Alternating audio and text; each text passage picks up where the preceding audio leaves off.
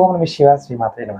మిత్రులకి, శ్రీభిలాషులకి, అలాగే నన్ను ఇంతగా ఆదరిస్తున్న యూట్యూబ్ ప్రేక్షకులందరికీ కూడా పేరు పేరు ధన్యవాదాలు. మిత్రులరా, మీ అందరికీ పరాదేవత ఎల్లవెల్లలా మీతో ఉండి మీ మనోవాంఛ నెరవేర్చాలని మనస్ఫూర్తిగా కోరుకుంటున్నాను. పౌర్ణమి. ఈ షార్ట్ వీడియోలో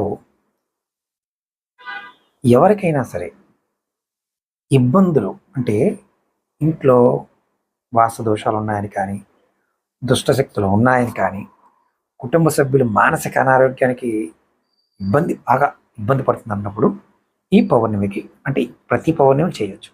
ఈ పరిహారం చేయండి.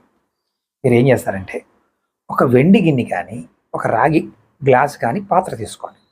దాంట్లో తాగే మంచినీరు ఉంటుంది కదా, అది నింపండి.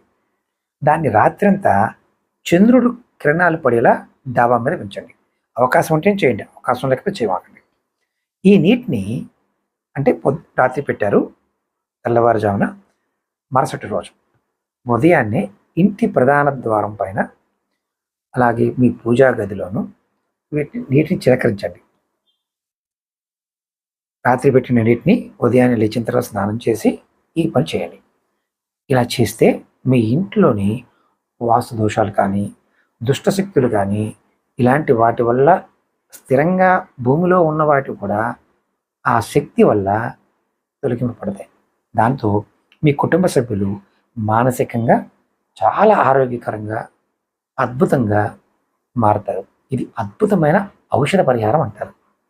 ఇది చంద్రుడి యొక్క కాంతి కొన్న శక్తి అనమాట.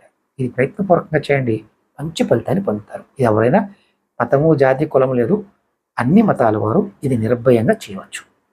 అలాగే మీకు ఇవి మరి కొన్ని అనుమానాలు ఉంటాయి, ఇలా మిగతా నెలసరి ఉన్నప్పుడు చేయొచ్చు, అలాగే ఇలాంటి ఏ నియమాలు లేవు, ఎప్పుడైనా చేయొచ్చు. దీనికి ఉన్న శక్తి లాంటిది.